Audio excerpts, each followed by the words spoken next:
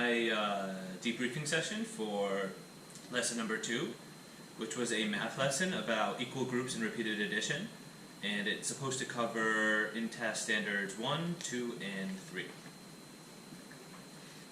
So I think overall it was a really great lesson. It built on the previous day's lesson very well, and I think it kind of opened up to what would be following that learning, so that was great. Some things you did really well were posting the essential question that applied to the lesson, and the students read that. So that was great. You did a fluency practice, and you asked them, what is fluency, does that mean? Like, you tied into the difference of fluency in reading and math, so that was wonderful. You gave them some real-world examples of equal groups, and you built them into arrays, which we are going to cover later. So like how you had like the windows, the equal groups of windows in the apartments, I think that that's great, and that's something you can even bring in later when we introduce arrays. Have you seen this before? This is an example of a real-life array. So it's a good introduction. You dealt with the marker situation well.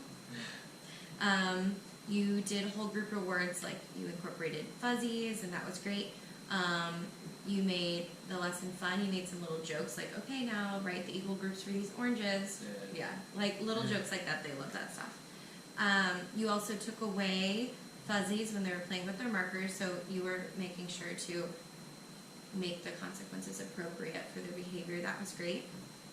Also, when a student got some reminders about their behavior and didn't follow those reminders, you followed through with a solid consequence, like, should you go back to your desk, do the rest of the lesson at your desk. You also took away whiteboards as a consequence. You gave visuals for each activity in each center, so that was great. You went over it with them. I feel like it was well understood, and they could quickly get to work as soon as they knew what center they were going to. And the students really transitioned well between different groups, and the activities were engaging. You checked up on each of the groups throughout the lesson, and I think that the timing worked out perfectly. So that was really wonderful. Yeah. Some things that we could work on, I mean, I thought the lesson went really great. This is just me trying to, like, mining for improvement. So one thing is there's going to be students that struggle listening, such as Robert and Thea. Right.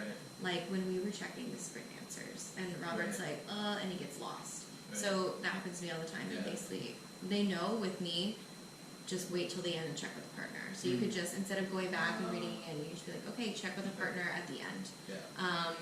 And that typically is something that happens with those students. They have a hard time following the numbers. Right. Because when we read the answers, if we say things like 4, 14, 5, 23, it becomes confusing. That's a lot of numbers that are going on in their head, and a lot of numbers that they have to read on the paper. So even breaking it up, like number 4 is 14. Even just adding is can help their brain to kind of chunk the information. It was even confusing for me reading it. Yeah, totally. And if they're doing 44 answers, like, it can be kind of overwhelming. So even just one little is can make a big difference for them. And so this is something that happens to every teacher when you use things like whiteboards and whiteboard markers.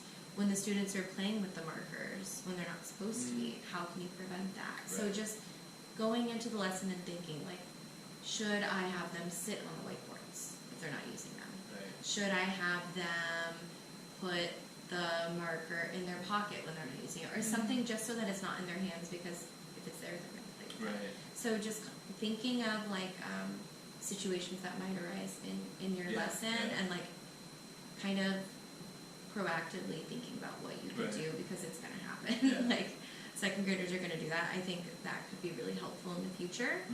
But those are just things that, going forward, I wrote the same thing in my notes. I was like, I felt like in my lesson, I thought it went really well to start. Like, I loved having 3 stations. It felt like really good. It felt like my first lesson, I feel like it was just like a class, get through it, the kids are doing work. This one actually felt like a productive class where they actually learned something. Like when I was watching the kids with the counters, I was like, wow, this is actually working. And like Thea, for example, like, she didn't understand repeated addition, but then she just, like, by herself, without me talking to her, was like, boom, boom. I was like, whoa, it's actually happening. But You yeah, I see that felt, moment. yeah, and I was like, wow, this is why it works. I need to start doing this more often.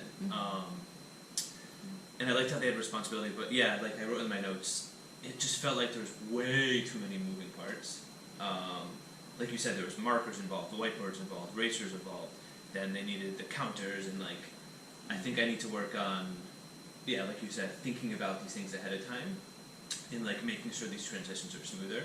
I think that was like the biggest issue. Was just like, at one point I was like, counters there, bags here, markers in the back, markers dripping, and I just like, it was okay. Yeah. But it could be better. You handled it well, but it's hard to control everything when you're doing so many things in one lesson. Yeah.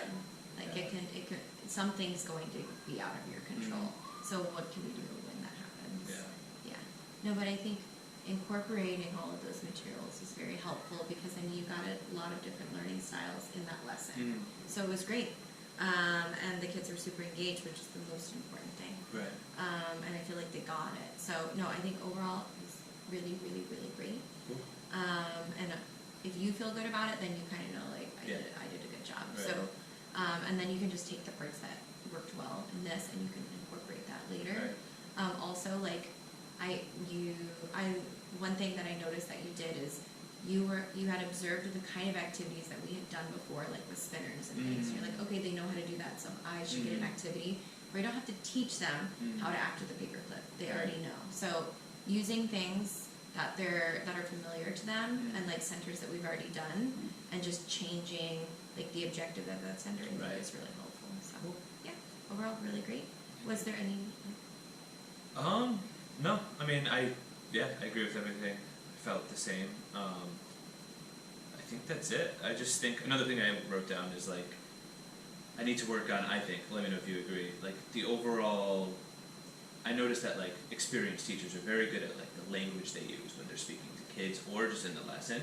I'm gonna try to work on that because I feel like there's times I'm just kind of talking really, really fast and not using the keywords they need to know in the lesson. But yeah, I'm gonna try to work on like slowing it down and then using these keywords. Like yesterday was add-ins and groups, and I don't think they understand these words yet. Yeah. So I'm trying to like refocus myself on don't just talk and improvise. Right. Yeah. You need to implement this vocabulary. Yeah. You could also put up like maybe like an anchor chart or just something visual that they can see and refer back to. Right. Even just on the board, like with a magnet or something, or even just writing it. Like it takes 10 seconds. You could write it at the beginning of a lesson. But you know, I think your point about incorporating kind of the language that is specific to that lesson, I think that that's something that comes with time, because when you start teaching and building the lessons, you're more worried about like how the lesson's going to function, what am I going to do, what am I going to teach, and then you can kind of go beyond that just in practice. It's just going to take time because your brain is being taken up with other things. That's gotta do this, gotta do this. Exactly. Yeah. Okay. Yeah. So don't beat yourself up about that. That's something that comes with time. But yeah, overall, I think it went really, really well. So good job. All right. Thank you so much. You're welcome.